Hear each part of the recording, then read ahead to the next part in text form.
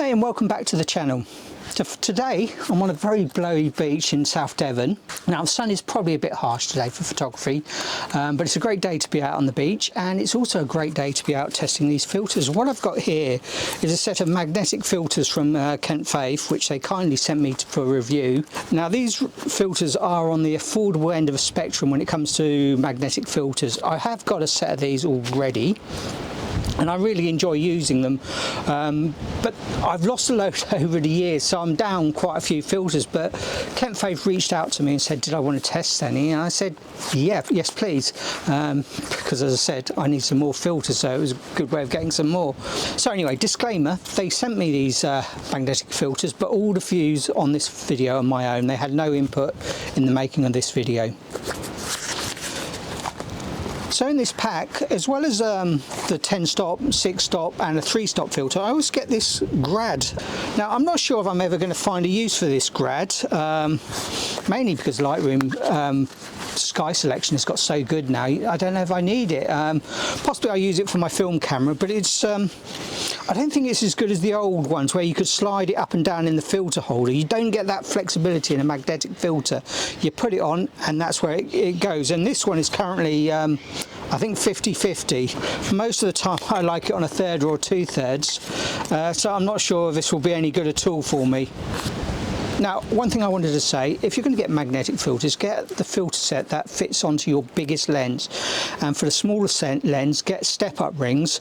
That way you don't have to buy a filter set for each filter. Anyway, it's a couple of hours before high tide. I think I'm going to go and find some compositions.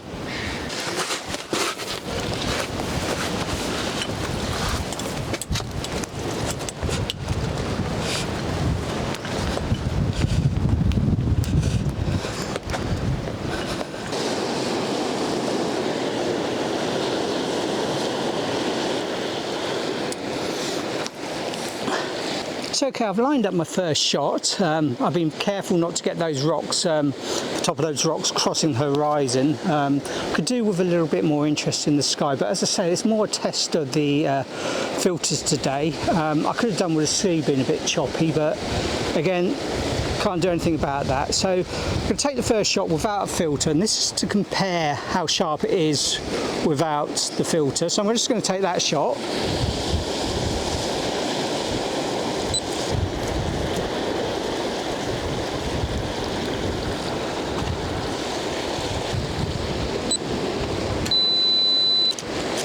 Now I'm also going to take a shot with the polarizer just to see what that's like. Now it's not part of the filter set, but it is a K&F filter that I've had some time and continue to use, but mainly on my full frame. And it's really good filters, but I'm going to see how it is on the bigger camera. So anyway, let's put this on and see what happens. Just twist it around. Okay, perfect. Wait for the old timer. Let's chimp a bit. Okay, well, the back of the camera doesn't look too bad. So let's try the filter on. Now, there's a simple bit of maths to work out how long you should slow the shutter down, but I prefer using the app. So anyway, I'm going to put the filter on and work out what the shutter speed is.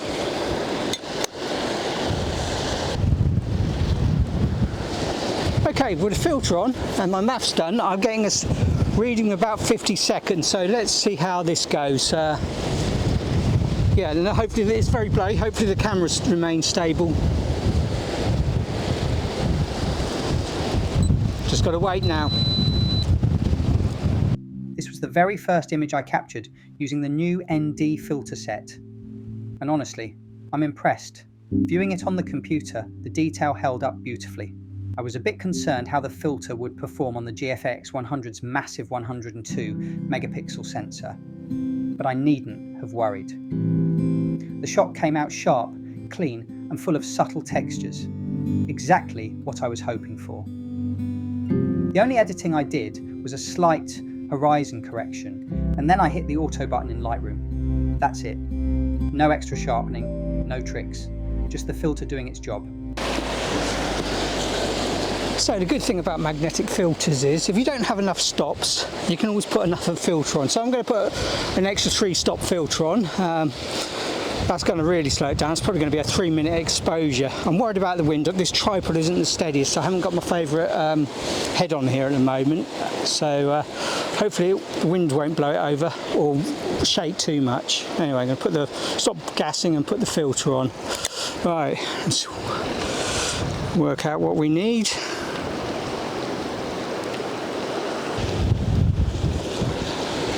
Right, it was actually a 30-minute exposure. I'm not going to risk that, so I've lowered the aperture to sort of like something more reasonable from f16 to f4.5, and that's still 8 minutes. So yeah, just going to wait here and see what happens. Obviously something went wrong with this one. I was right the first time. It should have been a 3-minute exposure. Instead, the shot ended up massively overexposed. That's on me. A classic case of dodgy maths. Not a fault of the filter. But credit where it's due, I was actually surprised by how much detail I managed to recover in Lightroom. It's a good reminder of just how much latitude these files can have. Well, so anyway, the tide's coming in a bit now. I think I'm going to get one more photo of this rock. I'm going to go in a bit closer, and then I'm going to make my way back, which is a bit of an obstacle course to the main beach, but I want to do it before the tide gets in. I don't want to be cut off because there's no way off this beach other than a pretty nasty cliff climb, and I'm not a mountain goat, so yeah, one more shot and then I'm going to make my way to another part of the beach.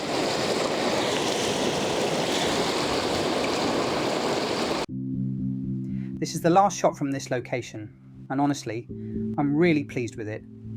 It's sharp, clean, and the filter didn't introduce any noticeable colour cast, which is always a relief. Again, I only made minimal adjustments in Adobe Lightroom. Out of all the images from the day, I think this might be my favourite. There's something about the mood and the balance here that just works. But I'll say this, just because you can use an ND filter doesn't mean you should. I think it's easy to fall into the trap of overusing them. I've definitely been guilty of that myself. Well, this is slightly embarrassing. Just after I filmed that clip, I accidentally knocked my tripod over, which held my Nikon Z50, and unfortunately it landed in a rock pool. So currently this camera is defunct. I'm back up to the office with the Z30. So anyway, let's talk about the filters. When you get these filters, they come in a nice little pouch like this, quite well made, and inside, you can see that, you get your filters. Now in the kit I bought, or was given, you get your filter adapter. Now this screws into your lens and it's magnetic, so your filter's attached to this. You get your grad filter, which I spoke about earlier, your 3-stop filter, your 6-stop, and finally, not least, my favourite, the 10-stop. So looking at the rings, they all seem to be fairly well made. Nice metal construction, and the glass looks good quality. As I said, I didn't see any distortion in the pictures when I looked at them.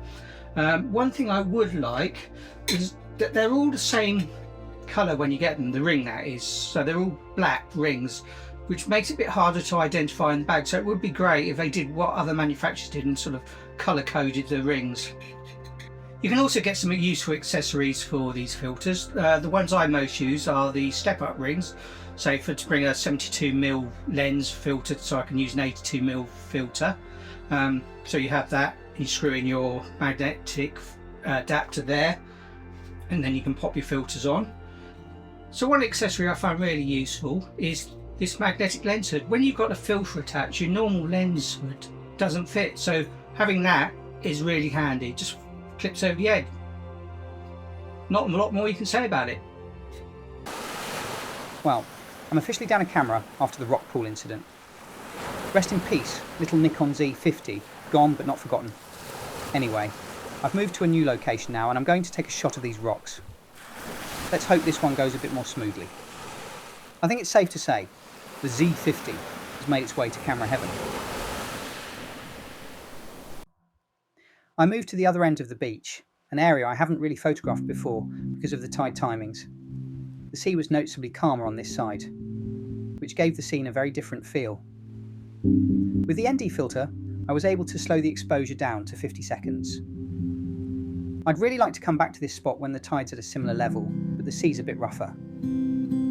I think with the right conditions and a bit of drama, this location has real potential for some stunning black and white, almost ethereal shots. Time for the last photo of the day. Just one more from this spot before the tide rolls in. The light's still good, but I'm definitely starting to fade. I think this is a fitting place to call it a day. For my last shot, I cropped in slightly closer to the rocks. I think this one, and the previous image, are good examples of where an ND filter doesn't necessarily add much to the composition. The conditions were calm, the light was even, and sometimes that's just how it is. That said, I'm really keen to return to this spot when the sky and sea are more dramatic. That's when the ND filter will truly come into its own, bringing out those moody atmospheric tones I love chasing.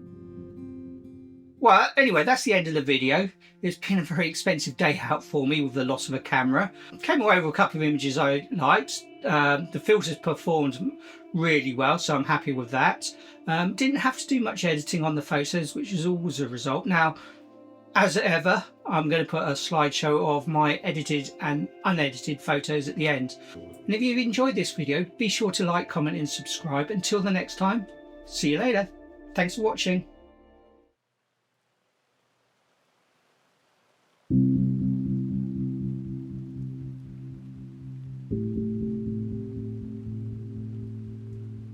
Thank you.